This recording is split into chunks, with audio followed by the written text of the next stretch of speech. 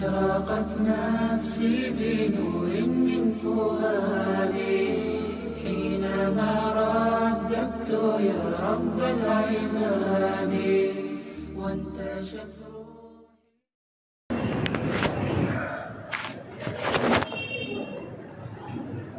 الحمد لله نحمده ونستعينه ونستغفره ونؤمن به ونتوكل عليه ونعوذ بالله من شرور أنفسنا ومن سيئات أعمالنا من يهده الله فلا مضل له ومن يضلل فلا هادي له ونشهد أن لا إله إلا الله وحده لا شريك له ونشهد أن سيدنا ومولانا محمدا عبده ورسوله أما بعد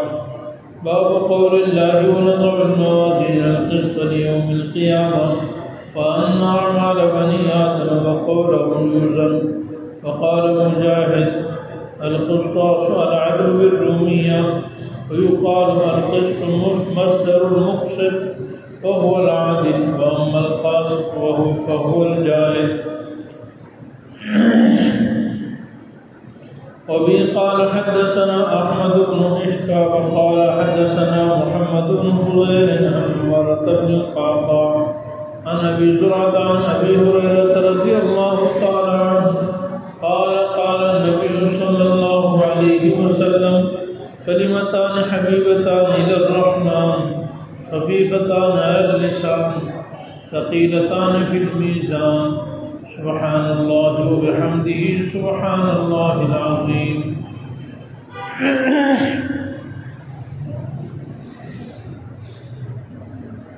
صدر گرامی معزز علماء کرام اور انتہائی محترم سامعین حضرات و خواتین اور اس مدرسے کے انتہائی ہونہار ننھے منھے پیارے بچے اور بچیاں، السلام علیکم ورحمۃ اللہ وبرکاتہ۔ جیسا کہ آپ جانتے ہیں کہ آج کی تقریب تکمیل حفظ قرآن کریم اور تکمیل بخاری شریف کے طور پر منعقد کی گئی ہے۔ قرآن کریم اللہ رب العالمین کی آخری کتاب ہے اور اس دنیا میں سب سے عظیم الشان کتاب ہے۔ اللہ جل جلالہ نے نبی کریم صلی اللہ علیہ وسلم کو جتنی نعمتیں عطا فرمائی ہیں، نبوت بھی عطا فرمائی، رسالت بھی عطا فرمائی، بے شمار نعمتیں عطا فرمائی ہیں، لیکن اللہ تعالیٰ فرماتے ہیں کہ سب سے بڑی نعمت جو میں نے آپ کو عطا کی ہے وہ قرآن کریم کی نعمت ہے، وہ وحی الہی ہے، وہ قرآن و حدیث ہے۔ وَأَنزَلَ اللَّهُ عَلَيْكَ الْكِتَابَ وَالْحِكْمَةَ وَعَلَّمَكَ مَا لَمْ تَكُنْ تَعْلَمُ وَكَانَ فَضْلُ اللَّهِ عَلَيْكَ عَظِيمًا۔ اللہ نے آپ پر کتاب و حکمت نازل فرمائی اور آپ کو وہ علم عطا فرمایا جو پہلے آپ کو نہیں تھا۔ اور پھر یہ ذکر کرنے کے بعد اللہ تعالیٰ فرماتے ہیں وَكَانَ فَضْلُ اللَّهِ عَلَيْكَ عَظِيمًا، اور اللہ کا آپ پر فضل بہت بڑا ہے۔ ایک اور جگہ ارشاد باری ہے إِلَّا رَحْمَةً مِّن رَّبِّكَ إِنَّ فَضْلَهُ كَانَ عَلَيْكَ كَبِيرًا۔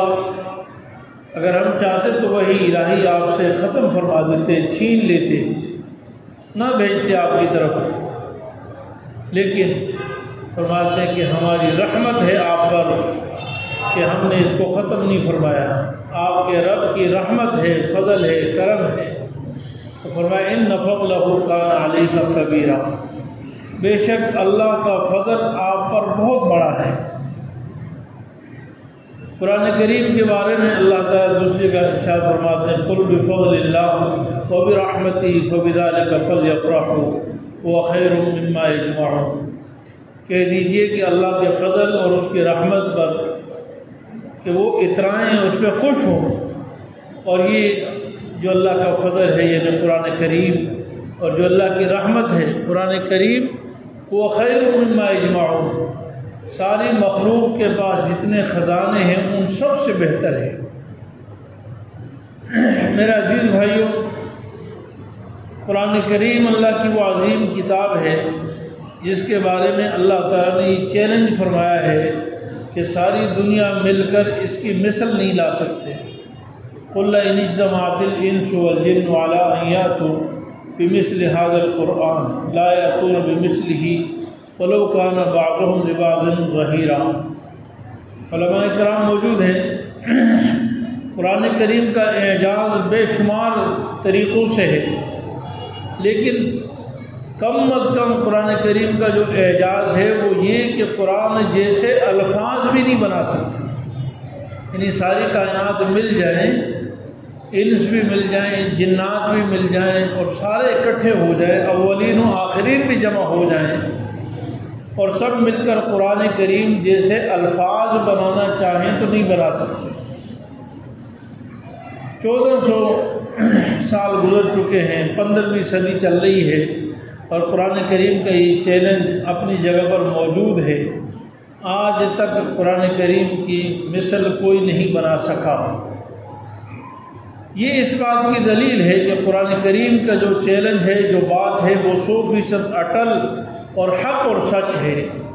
قرآن کریم کی کسی بات میں کمی نہیں ہو سکتی ہے، اس کو کوئی جھوٹا نہیں قرار دے سکتا ہے۔ وَتَمَّتْ كَلِمَةُ رَبِّكَ صِدْقًا وَعَدْلًا، تیرے رب کی کلمات صداقت میں بھی سب سے اعلیٰ ہے، کامل اور مکمل ہیں، عدالت میں بھی سب سے اعلیٰ کامل اور مکمل ہیں۔ تو جب قرآن کریم کی یہ چیلنج پورا ہوا تو قرآن کریم نے دوسرے جو چیلنج فرمائے ہیں وہ بھی اٹل حقیقت ہے کہ وہ بھی پورے ہوں گے۔ اور قرآن کریم کے بے شمار چیلنجوں میں سے ایک چیلنج یہ بھی ہے، اِنَّا نَحْنُ نَزَّلْنَا الذِّكْرَ وَإِنَّا لَهُ لَحَافِظُونَ، کہ بے شک ہم نے قرآن اتارا ہے اور ہم قرآن کی حفاظت کریں گے۔ اللہ تعالیٰ فرماتے قرآن ہم نے اتارا ہے۔ یہ نبی کریم صلی اللہ علیہ وسلم کوئی گر کر نہیں لائے، من گڑت باتیں نہیں کر رہے، کسی سے سیکھ کر نہیں لائے، کسی نے بھیک کے طور پر نہیں دیا ہے۔ اللہ تعالیٰ جو ساری کائنات کے خالق و مالک ہیں وہ فرماتے ہیں ہم نے قرآن بھیجا بھی ہے، بھیجنا بھی ہم جانتے ہیں، اور اس کی حفاظت بھی ہم جانتے ہیں۔ تو میرے عزیز بھائیوں، اللہ تعالیٰ کا بہت بڑا فضل ہے کہ ہمارے مدارس دینیہ میں یہ دونوں کام ہوتے ہیں، قرآن اور حدیث کی اعلیٰ تعلیم دی جاتی ہے، جیسے ابھی مولانا فرما رہے تھے۔ اور یہ جو ہمارے ننھے منھے بچے ہیں اور بچیاں ہیں، یہ قرآن کریم کو اپنے سینوں میں محفوظ کیے ہوئے ہیں، اور اس طرح سینے میں محفوظ کرنے کی پوری دنیا میں جس طرح ساری دنیا قرآن کریم کی مثل لانے سے عاجز ہے، اسی طرح ساری دنیا کسی بھی کتاب کی ایسی حفاظت کرنے سے عاجز اور قاصر ہے جیسے اللہ تعالیٰ نے اپنے قرآن کی حفاظت فرمائی ہے۔ جس طرح قرآن اور پھر قرآن علوم کی اللہ نے حفاظت فرمائی، پوری دنیا میں کوئی بھی ایسا علم نہیں ہے جو اس قدر محفوظ ہو۔ تو ہمیں اللہ تعالیٰ کا بے شمار شکر ادا کرنا چاہیے کہ اللہ تعالیٰ نے ہمیں یہ عظیم الشان نعمت عطا فرمائی۔ پوری دنیا میں جتنے بھی مذاہب ہیں، سارے کے سارے مذاہب میں اسلام کی شان سب سے اعلیٰ ہے، اور اسلام کی جو سب سے عظیم الشان صفت ہے، جو اللہ کا سب سے بڑا احسان ہے، وہ یہ کہ اسلام کا مذہب محفوظ ہے، اسلامی تعلیمات محفوظ ہے قرآن و حدیث کی روشنی میں، الحمدللہ۔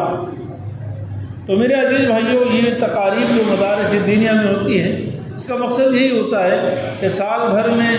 جو یہاں پر مدارس دینیہ میں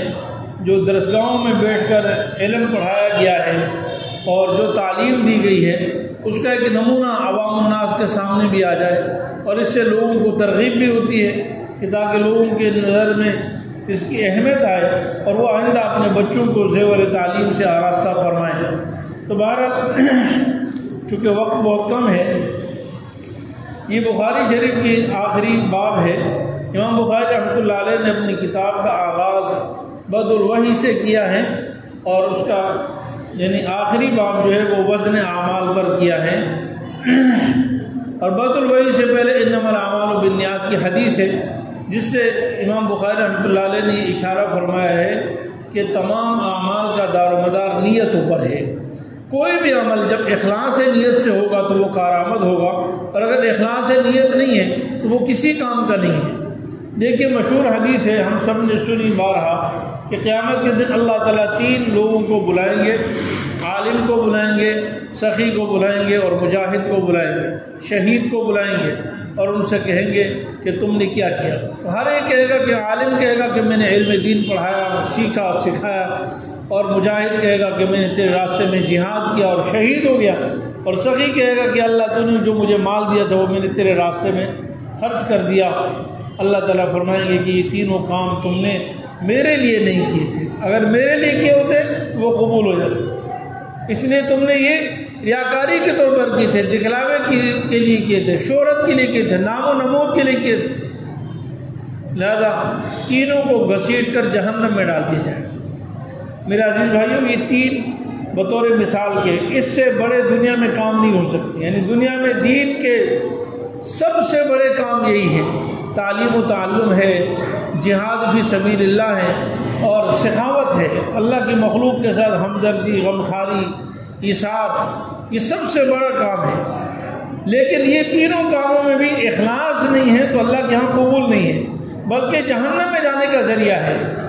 امام بخاری رحمۃ اللہ علیہ نے بھی شروع میں بھی بتا دیا کہ ہم یہ جو پڑھنا پڑھانا کر رہے ہیں، اگر اخلاص نیت سے ہوگا تو قبول ہوگا، اگر اخلاص نیت سے نہیں ہے تو یہ قبول نہیں ہے۔ اور بدء الوحی کا باب لا کر یہ بتا دیا کہ شریعت کے مطابق، سنت کے مطابق، قرآن و حدیث کے مطابق اگر ہمارا عمل ہوگا تو وہ قبول ہوگا۔ اگر وحی الہی سے ہٹ کر کوئی عمل کیا، شریعت سے ہٹ کر کوئی عمل کیا، تو بڑا سے بڑا عمل ہو تو وہ قبول نہیں ہوگا۔ اس کی آسان سی مثال دیکھیے کہ ہم نے ابھی مغرب کی، میری طرف توجہ فرمائے ساتھیوں سے گزارش ہے، چند باتیں صرف عمل کی نیت سے عرض کرتا ہوں، اللہ تعالیٰ مجھے بھی عمل کی توفیق عطا فرمائے۔ جو اصل مقصد ہے اس مجلس کا کہ دیکھیے ابھی ہم نے مغرب کی نماز پڑھی ہے، شریعت سے ثابت ہے کہ 3 رکعتیں ہیں۔ اب اگر کوئی شخص 4 پڑھ لے اور کہے جی مجھے کوئی تھکاوٹ نہیں ہوتی، میں سہولت سے پڑھ لوں گا 4تھی رکعت، تو اللہ تعالیٰ فرماتے نہیں، یہ مردود ہے، شریعت کی نظر میں یہ شخص ملعون ہے، وہ گمراہ ہے، وہ بے دین ہے۔ اسی طریقے سے ابھی ہم نے نماز جو پڑھی ہے، رکوع میں سبحان ربی العظیم پڑھا اور سجدے میں ہم نے سبحان ربی الاعلیٰ پڑھا۔ رکوع اور سجدہ علماء جانتے ہیں کہ نماز کے ارکان میں سے سب سے اہم ترین ارکان ہے۔ خصوصاً سجدہ یہ پوری یعنی نماز کا مغز ہے، مرکزی جو رکن ہے، سب سے اعلیٰ وہ سجدہ ہے۔ اب ایک آدمی کہتا ہے کہ سجدہ چونکہ سب سے اعلیٰ رکن ہے، میں سجدے میں اللہ کا کلام پڑھوں گا، کیونکہ سبحان ربی العظیم اور سبحان ربی الاعلیٰ یہ قرآن کریم کی آیت نہیں ہے، اس معنی میں الفاظ ہیں سبح باسم ربک العظیم، لیکن سبح باسم ربک الاعلیٰ، لیکن سبحان ربی الاعلیٰ اور سبحان ربی العظیم کی الفاظ میں قرآن کریم کی آیت نہیں ہے۔ ایک آدمی کہتا ہے میں جی اللہ کے قرآن سے پڑھوں گا، تو ہم اس کو کہیں گے گناہ ہے، گمراہ ہے، بلکہ حدیث میں صراحتاً منع کیا ہے کہ رکوع اور سجدے میں اللہ کا قرآن نہ پڑھو، رکوع اور سجدے میں اللہ کا قرآن مت پڑھو۔ تو اس سے معلوم ہوا کہ شریعت کے مطابق، وحی الہی کے مطابق جو کام ہوگا وہ اللہ تعالیٰ کے ہاں مقبول ہوگا، اور شریعت سے ہٹ کر کوئی کام ہوگا تو وہ کسی کام کا نہیں ہے، وہ کسی کام کا نہیں ہے۔ اور اسی لیے امام بخاری رحمۃ اللہ نے آخری جو باب لائے ہیں وہ وزن اعمال کا لائے ہیں، یہی بتانے کے لیے کہ دنیا میں ہم جتنے بھی کام کرتے ہیں اگر وہ اخلاص سے ہوں گے اور سنت اور شریعت کے مطابق ہوں گے، سنت اور شریعت کے مطابق ہوں گے، تو قیامت کے دن اعمال نامے میں ان کا وزن بھی ہوگا اور وہ جنت میں جانے کا ذریعہ ہوں گے۔ لیکن اگر وہ شریعت سے ہٹ کر ہیں تو قیامت کے دن نہ ان کا کوئی وزن ہوگا، نہ وہ جنت میں لے جانے کے ذریعہ ہوگا، جنت میں نہیں لے جا سکتے۔ اسی بات پر تنبیہ کرنے کے لیے گویا کہ شروع میں بھی ہمیں اس پر متنبہ کیا کہ اخلاص نیت ہونی چاہیے، شریعت کے مطابق ہر کام ہونا چاہیے۔ اور آخر میں بھی ہمیں اسی پر متنبع کرنا چاہتے ہیں کہ سب سے آخری جو انجام ہے اور مقصد ہے میرا اور آپ کا اس دنیا میں آنے کا مقصد ہے وہ یہی ہے کہ آخرت میں اللہ تعالیٰ ہمیں کامیابی عطا فرما دے، اور اس کا دار و مدار اس پر ہے کہ ہمارا اعمال کا جو وزن ہے وہ بھاری ہو جائے۔ فَأَمَّا مَنْ ثَقُلَتْ مَوَازِينُهُ فَهُوَ فِي عِيشَةٍ رَاضِيَةٍ وَأَمَّا مَنْ خَفَّتْ مَوَازِينُهُ فَأُمُّهُ هَاوِيَةٌ جس کے اعمال وزنی ہوں گے وہ جنت میں جائے گا، وہ مزے کی زندگی میں ہو، اور جس کے اعمال ہلکے ہو جائیں گے وہ اس کا ٹھکانہ جہنم ہے۔ تو یہاں پر امام بخاری رحمۃ اللہ علیہ فرماتے ہیں باب قول اللہ وَنَضَعُ الْمَوَازِينَ الْقِسْطَ لِيَوْمِ الْقِيَامَةِ، باب ہے اللہ تعالیٰ کا قول کا بیان، اور ہم رکھیں گے ترازو کو، انصاف کے ترازو کو قیامت کے دن۔ موازین میزان کی جمع ہے، میزان بولا جاتا ہے کہ اصل میوزان ہے، وہ جو یہاں سے بدل گیا۔ ترازو قیامت کے دن کتنے ہوں گے مختلف اقوال ہیں، بعض علماء فرماتے ہیں کہ ایک ہی ترازو ہوگا لیکن وہ بہت بڑا ہوگا، اور بعض علماء فرماتے ہیں کہ نہیں بے شمار ترازو ہوں گے، ہر آدمی کا اپنا ترازو ہوگا، اور یہ بھی ہو سکتا ہے ہر عمل کا اپنا ترازو، یعنی نماز کا الگ ترازو ہوگا، زکوٰۃ کا الگ ترازو، روزے کا الگ ترازو، حج کا الگ ترازو، ایسی معاملات کے الگ ترازو، ہر عمل کے الگ الگ ترازو ہوں گے، اور قیامت کے دن وزن ہوگا، یہ تو یقینی بات ہے۔ دیکھیے پہلے زمانے میں معتزلہ ایک فرقہ تھا جو وزن اعمال کا قائل ہے، جب وہ کہتے ہیں بس وزن اعمال سے مراد ہے انصاف ہوگا، اللہ تعالیٰ کو وزن کی کیا ضرورت ہے؟ لیکن دیکھیے اللہ تعالیٰ کو تو سب کچھ معلوم ہے، جس طرح دنیا میں اللہ تعالیٰ اسباب کے ذریعے سے ہر ایک کو اجاگر کرتے ہیں، ہمارے اعمال کو دیکھنا چاہتے ہیں کہ ہم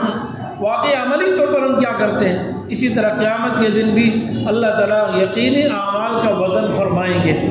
اور ہوگا۔ پہلے زمانے میں لوگ کہتے تھے کہ وزن اعمال کا وزن کیسے ہوگا، یہ آراز ہیں، لیکن اب تو ہر آراز کا بھی وزن ہوتا ہے، بہرحال یہ لمبی تفصیل ہے، لیکن اعمال کا وزن ہوگا۔ والوزن یومئذ الحق، قیامت کے دن کا وزن جو ہے بالکل حق ہے۔ اور ساتھ ہی امام بخاری رحمۃ اللہ علیہ فرماتے ہیں وَأَنَّ أَعْمَالَ بَنِي آدَمَ وَقَوْلَهُمْ يُوزَنُ، یہ جو وزن ہوگا کس چیز کا ہوگا؟ بنی آدم کے اعمال کا وزن ہوگا اور بنی آدم کے اقوال کا وزن ہوگا۔ علماء فرماتے ہیں کہ جیسے مختلف اقوال ہیں، مختلف یعنی رائے ہے کہ وزن قیامت کے دن کس طرح ہوگا۔ انسانوں کا وزن ہوگا، بعض روایت میں اس طرح تک انسانوں کا وزن ہوگا، جیسے ایک حدیث ہے مسلم شریف میں آتی ہے کہ قیامت کے دن موٹے تازے آدمی کو لایا جائے گا اور اس کو ترازو میں جب رکھا جائے گا تو اس کا ایک ذرہ بھی وزن نہیں ہوگا۔ اور پھر حضرت ابو ہریرہ رضی اللہ عنہ فرماتے ہیں اقرؤوا ان شئتم فلا نقیم لهم یوم القیامت وزن، تو اس سے معلوم ہوتا ہے کہ انسان کا وزن ہوگا، یعنی انسان کو ہی ترازو میں رکھا جائے گا لیکن اس کا وزن اس کے اعمال کے اعتبار سے ہوگا۔ اور بعض روایت سے یہ معلوم ہوتا ہے کہ وزن جو ہے وہ صحائف اعمال کا ہوگا، یعنی جو رجسٹر ہیں ان کا وزن ہوگا۔ تو بہرحال حدیث بطاقہ بہت مشہور ہے کہ ایک شخص جس کے 99 دفتر ہوں گے گناہوں کے، اور اس کے بعد ایک پرچی ہوگی جس پہ کلمہ طیبہ لکھا ہوگا، کلمہ شہادت لکھا ہوگا، لا الہ الا اللہ محمد رسول اللہ، یا اشہد ان لا الہ الا اللہ وحدہ لا شریک لہ واشہد ان محمدا عبدہ ورسولہ، اور اس سے کہا جائے گا کہ جاؤ وزن کرو، تو وہ شخص یہ کہے گا کہ اللہ آپ مجھ سے مذاق نہ کریں، اس پرچی سے کیا ہوگا، اتنے 99 دفتر ہیں، تو اللہ تعالیٰ فرمائیں گے آج ظلم نہیں ہوگا، جاؤ وزن کرواؤ۔ تو حدیث میں آتا ہے کہ وہ جو 99 دفتر ہیں وہ ہوا میں اڑ جائیں گے جب یہ پرچی رکھی جائے گی دوسری طرف۔ مفسرین محدثین فرماتے ہیں کہ یہ اس شخص کے بارے میں ہے جو پوری زندگی کفر پر رہا اور مرنے سے پہلے اس خوش قسمت انسان کو کلمہ طیبہ نصیب ہو گیا، مرنے سے پہلے اس کو کلمہ نصیب ہو گیا۔ تو الاسلام یہدم ما کان قبلہ، چونکہ اسلام سے پہلے کے جتنے بھی گناہ ہوتے ہیں وہ ختم ہو جاتے ہیں، مٹ جاتے ہیں، اس لیے اس کے وہ سارے 99 دفتر ختم ہو گئے اور کلمہ طیبہ اس پر بھاری ہو گئی۔ بہرحال قیامت کے دن امام بخاری رحمۃ اللہ علیہ فرماتے ہیں کہ اعمال، انسان کے اعمال کا وزن ہوگا۔ بعض علماء فرماتے ہیں شارحین کہ امام بخاری اپنی اس رائے کا اظہار کرنا چاہتے ہیں، نہ صحائف اعمال کا وزن ہوگا اور نہ انسانوں کا وزن ہوگا۔ امام بخاری کی رائے یہ ہے کہ براہ راست اعمال کا وزن ہوگا، یعنی نہ انسانوں کا وزن ہوگا اور نہ رجسٹروں کا وزن ہوگا، رجسٹر کا وزن نہیں ہوگا، بلکہ امام بخاری رحمۃ اللہ علیہ یہ اشارہ کرنا چاہتے ہیں کہ نہیں، براہ راست عمل کا وزن ہوگا، نماز کا الگ سے وزن ہوگا، زکوٰۃ کا وزن ہوگا، حج کا وزن ہوگا، تمام معاملات کا وزن ہوگا، اور ساتھ ہی فرمایا وقول وزن، اور اقوال کا بھی وزن ہوگا، یعنی جس طرح ہمارے سر سے لے کے پاؤں تک پورے اعضاء و جوارح ہیں، ان سے جتنے اعمال نکلتے ہیں، آنکھ سے دیکھنا، ہاتھ سے پکڑنا، پاؤں سے چلنا، اور اسی طرح کان سے سننا، ان تمام کا وزن ہوگا، لیکن ان اعمال میں سے خصوصی ایک عمل ہے، وہ اقوال ہے۔ امام بخاری رحمۃ اللہ علیہ فرماتے ہیں کہ اقوال کا بھی وزن ہوگا۔ علماء فرماتے ہیں امام بخاری رحمۃ اللہ علیہ اصل میں یہ تنبیہ کرنا چاہتے ہیں کہ ہمیں اپنے دیگر اعمال کی طرح ہمیں اقوال کا بھی خیال کرنا چاہیے، کیونکہ انسان گناہ جو کرتا ہے دوسرے اعضاء کی بنسبت زبان سے گناہ کرنا بہت آسان ہے۔ نبی کریم صلی اللہ علیہ وسلم نے اسی لیے ارشاد فرمایا المسلم من سلم المسلمون من لسانہ و یدہ، مسلمان وہ ہے، المسلم کامل مسلمان ہی وہی ہے، مسلمان کہلانے کے لائق ہی وہ شخص ہے جس کی زبان سے اور جس کی ہاتھ سے دوسرے مسلمان محفوظ ہوں، دوسرے اس کی تکلیف سے، یعنی دوسرے مسلمان محفوظ ہوں۔ اور علماء کرام فرماتے ہیں، خصوصاً شیخ الاسلام حضرت مولانا تقی عثمانی صاحب دعوت برکاتہ عالیہ سے میں نے سنا، وہ فرماتے ہیں کہ اصل میں دوسرے جو مسلمان کا لفظ فرمایا ہے، یہ بھی عام بات فرمائیے کہ انسان کا معاملہ، مسلمان کا مسلمان سے معاملات ہوتے ہیں، ورنہ حقیقت تو یہ ہے کہ دوسرے تمام مخلوقات اس کی اذیت سے محفوظ ہو۔ بخاری شریف کی حدیث ہے کہ ایک بلی کی وجہ سے ایک شخص جہنم میں ڈال دی، ایک شخص کو بلی کو اذیت دینے کی وجہ سے ایک عورت کو جہنم میں ڈال دی، اس نے بلی کو باندھ رکھا تھا، نہ اس کو کھانا کھلاتی تھی، نہ اس کو پانی پلاتی تھی، اور نہ اس کو کھولتی تھی کہ چلو باہر اللہ کی زمین پہ آزاد جو ہے وہ کھائے، کیڑے مکوڑے اور اس طرح کی چیزیں کھائے، تو ایک بلی کی وجہ سے۔ اس لیے حقیقت یہ ہے کہ مسلمان وہ ہے کہ جس کی زبان اور جس کے ہاتھ کے شر سے ساری مخلوق محفوظ ہو۔ یہاں پر بھی علماء فرماتے ہیں کہ زبان کا تذکرہ الگ سے فرمایا اور ید کا تذکرہ، ید تمام اعضاء کا قائم مقام ہے، یعنی ہاتھ میں یہ بھی داخل ہے کہ پاؤں سے اگر کسی کو ٹھوکر مار دی نا تو یہ بھی ید میں داخل ہے، اگر آپ نے کسی کو دھکا دے دیا تو یہ بھی ید میں داخل ہے، آپ نے سر سے کسی کو ٹھوکر مار دی یہ بھی ید میں داخل ہے، یعنی اعضاء، تمام جو اعضاء سر سے لے کر پاؤں تک جتنے اعضاء ہیں یہ سب ید میں داخل ہیں، اور زبان کا تذکرہ رسول اللہ صلی اللہ علیہ وسلم نے الگ سے فرمایا ہے، اس لیے کہ زبان سے گناہ کرنا بہت آسان ہے، زبان سے گناہ کرنا بہت آسان ہے، اور اس کو عام طور پر گناہ نہیں سمجھتے۔ کتنے لوگ آپ نے دیکھے ہوں گے نمازی بھی ہیں، پرہیزگار بھی ہیں، حاجی بھی ہیں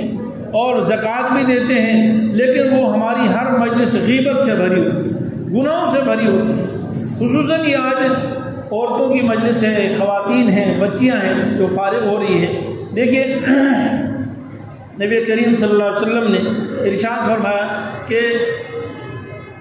قیامت کے جہنم میں جانے والی اکثریت عورتوں کی ہوگی۔ تو پوچھا گیا یا رسول اللہ کیوں ہوگی، جہنم میں عورتیں کیوں کثرت سے جائیں گی؟ تو رسول اللہ صلی اللہ علیہ وسلم نے ارشاد فرمایا کہ یکثرن اللعن و یکفرن الاحسان، یا دوسری حدیث میں یکفرن العشیر۔ ان میں دو خرابیاں بہت بری پائی جاتی ہیں، دو خرابیاں ان میں پائی جاتی ہیں۔ ایک تو لعن طعن بہت کرتی ہے، یعنی دوسرے کی برائی، دوسرے کی تحقیر، دوسرے کی مذمت، دوسرے کی توہین، کسی کی بات کرنا، ارے فلانی چھوڑو، فلانی تو ایسی، فلانی تو ایسی، لعن طعن بہت زیادہ ہے۔ اور دوسرا احسان کی ناشکری کرتی ہیں۔ اور حضرت تھانوی رحمۃ اللہ علیہ فرماتے ہیں کہ عورتوں سے کبھی بھی کوئی بات کہہ لو کہ جی میں نے تو اتنے کپڑے لائے ہیں، تو وہ کہتے ہیں اتنے چیتھڑے، اور برتن کی بات کر لو تو کہتے ہیں ٹھیکرے، یعنی برتن کی بات کرو تو یہ برتن کون لایا، پورا گھر جو بھرا ہوا، کہتے ہیں وہ چند ٹھیکرے لے کر آیا، اور اگر کپڑوں کی بات ہو تو کہتے ہیں چند چیتھڑے لے کر آیا، اور تم نے کیا لایا؟ تو میرے عزیز بھائیوں، ان دو برائیوں کا تعلق بھی زبان سے ہے، ان دو برائیوں کا تعلق بھی زبان سے، تو ہمیں زبان کی حفاظت کرنی چاہیے۔ اصل چیز یہی ہے کہ آج کے درس میں کہ ہم کوئی سبق سیکھ کے جائیں اور اس کو اپنی زندگی سے پلے سے باندھ دیں۔ دامن سے باندھ لیں، مضبوط اس کو پکڑ لیں، اس پر عمل کر لیں۔ اگر ہماری مجالس غیبت سے بچ جائیں اور گناہوں سے بچ جائیں، لعن طعن سے بچ جائیں، الزام تراشی سے بچ جائیں، بہتان بازی سے بچ جائیں، تو ہماری زندگی یقین جانے جنت کا نمونہ ہو جائے۔ آج ہماری سارے جھگڑے، ساری لڑائیاں، سارے بغض، سارے حسد، سارے کینے، سارے قطع تعلقی کی بنیاد زبان ہے۔ جتنے بھی ہم قطع رحمی کرتے ہیں اس کی بنیاد صرف زبان ہے۔ تو بہرحال امام بخاری رحمۃ اللہ علیہ نے آخر میں ہم سب کو یہ تنبیہ کی ہے کہ ہم اپنے اعمال کا خیال کریں اور خصوصاً اپنی زبان کا خاص طور پر خیال کریں۔ فرمایا وقال مجاہد القسطاس العدل بالرومیہ، امام مجاہد رحمۃ اللہ فرماتے ہیں کہ قرآن کریم میں وزنوا بالقسطاس المستقیم۔ امام بخاری کی عادت ہے کہ ایک لفظ جب آتا ہے تو اس کے مناسب قرآن میں جتنے بھی الفاظ ہیں سب کی تشریح فرماتے ہیں کہ قسطاس جو ہے وہ عدل کے معنی میں ہے رومی زبان میں، اور کہا جاتا ہے قسط یہ مقسط کا مصدر ہے بحذف الزوائد، اور اس کا معنی ہے عادل۔ لیکن ایک اور لفظ آتا ہے قرآن کریم میں وَأَمَّا الْقَاسِطُونَ فَكَانُوا لِجَهَنَّمَ حَطَبًا۔ علماء فرماتے ہیں قاصد کا اصل مادہ قسطن ہے، مگر قاصد کا معنی جائر ہے۔ عربی زبان انتہائی فصیح و بلیغ ہے، زیر زبر سے اور الفاظ کی حیت کے بدلنے سے معنی بدل جاتا ہے۔ بہرحال وبی قال حدثنا، یہ جو آخر میں روایت ہے امام بخاری رحمۃ اللہ علیہ کے آخری استاد ہیں احمد بن اشکاب، یہ مصر میں ان کے آخری استاد ہیں۔ امام بخاری رحمۃ اللہ علیہ کی کتاب بڑی عظیم کتاب ہے، ہر بات میں عجیب مناسبت کا خیال فرماتے ہیں، تو اپنی کتاب کو بھی ایسی حدیث سے ختم کیا جو جن سے سب سے آخر میں حدیث لی ہے۔ فرماتے ہیں احمد بن اشکاب رحمہ اللہ نے بیان فرمایا کہ مجھے بیان کیا محمد بن فضیل نے، اور انہوں نے عمارہ بن قعقاع سے، اور انہوں نے ابو زرع سے جو حافظ الحدیث سے، اور انہوں نے سیدنا ابو ہریرہ رضی اللہ تعالیٰ عنہ، حضرت ابو ہریرہ رضی اللہ تعالیٰ عنہ دربار نبوت کے شاگردوں میں سے، طالب علموں سے سب سے بڑے طالب علم ہیں۔ انہوں نے رسول اللہ صلی اللہ علیہ وسلم کی صحبت میں صرف 3 سال گزارے ہیں، لیکن علم سب سے زیادہ ہے، یعنی جتنی احادیث کا ذخیرہ آج ہمارے پاس موجود ہے ان میں سب سے زیادہ مرویات وہ حضرت سیدنا ابو ہریرہ رضی اللہ تعالیٰ عنہ کی ہیں۔ اور فرماتے ہیں اس کی 2 وجہ ہیں، مختصر بیان کرتا ہوں۔ ایک تو یہ وجہ یہ ہے کہ میں نے پڑھنے کے سوا میرا کوئی مشغلہ نہیں تھا، نہ کاروبار، نہ بزنس، نہ زمین، نہ زراعت، کچھ بھی نہیں تھا۔ میں ہر وقت حضور کے در پہ پڑا رہتا، اتنا کھانا مل جانا چاہیے کہ بس میری جان باقی رہے، زندہ رہو۔ اور دوسرا فرماتے ہیں حضور صلی اللہ علیہ وسلم کی دعا ہے، آپ صلی اللہ علیہ وسلم نے ایک دفعہ فرمایا کہ چادر بچھاؤ، میں نے چادر بچھائی، پھر حضور صلی اللہ علیہ وسلم نے اس پہ کچھ پڑھا اور پھر فرمایا تم سینے سے لگا لو۔ میں نے وہ چادر سینے سے لگا لی، اس دن سے لے کر آج تک فرمایا کہ جب بھی میں کوئی بات سنتا ہوں تو مجھے بھولتی نہیں ہے۔ تو یہ حضور صلی اللہ علیہ وسلم کی دعا کی برکت ہے کہ اللہ تعالیٰ نے ان کو بہت بڑے محدث اور حافظ الحدیث بنا دیا۔ اللہ تعالیٰ ہمارا حشر بھی ان کے ساتھ فرمائے۔ امام بخاری رحمۃ اللہ آخری جو حدیث ہے قال قال النبی صلی اللہ علیہ وسلم، نبی کریم صلی اللہ علیہ وسلم شاہ فرماتے ہیں کہ 2 کلمے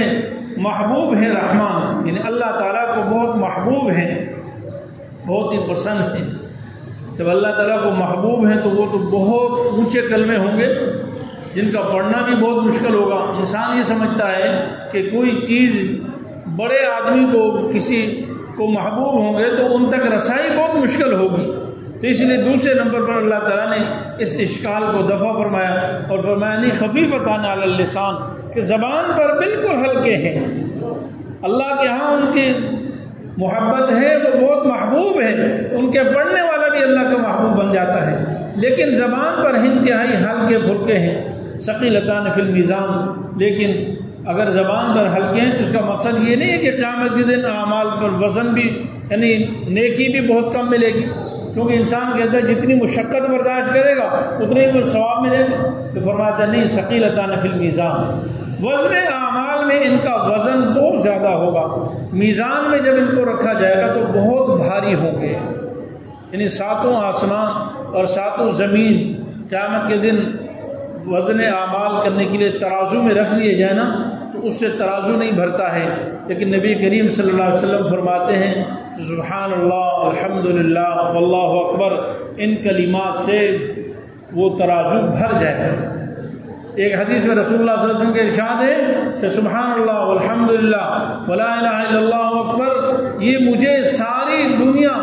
جس پر سورج طلوع ہوتا ہے، ساری دنیا کی نعمتوں سے مجھے یہ 3 کلمات بہت محبوب ہیں۔ بہرحال یہ کلمات اللہ تعالیٰ کو بہت پسند ہیں، سبحان اللہ وبحمدہ سبحان اللہ العظیم،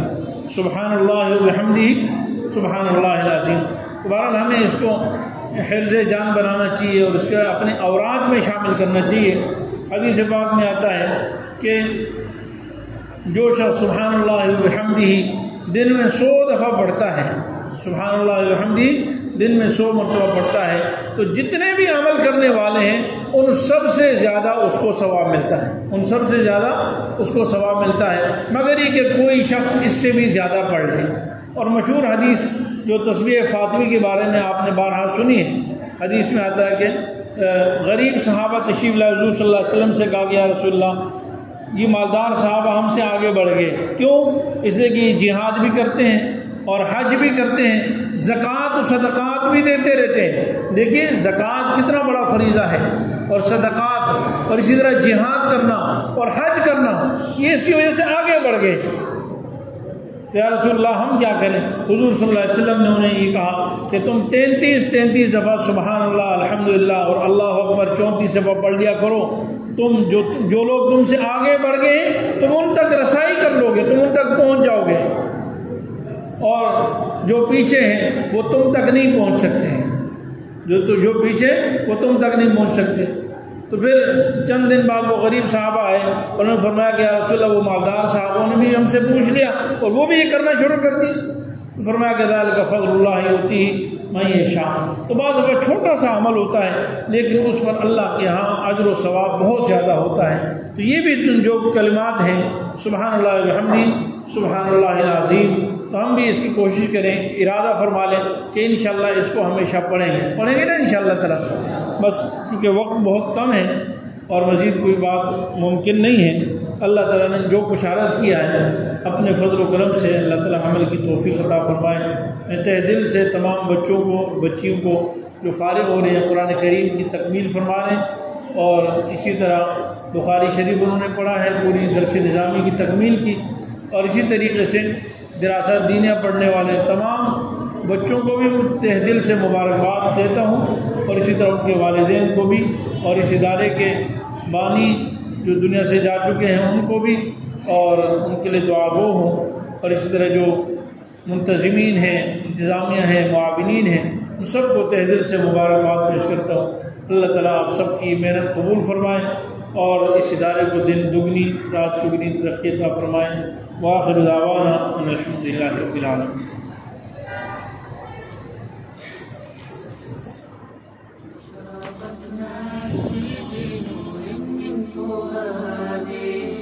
حينما رددت يا رب العباد وانتشت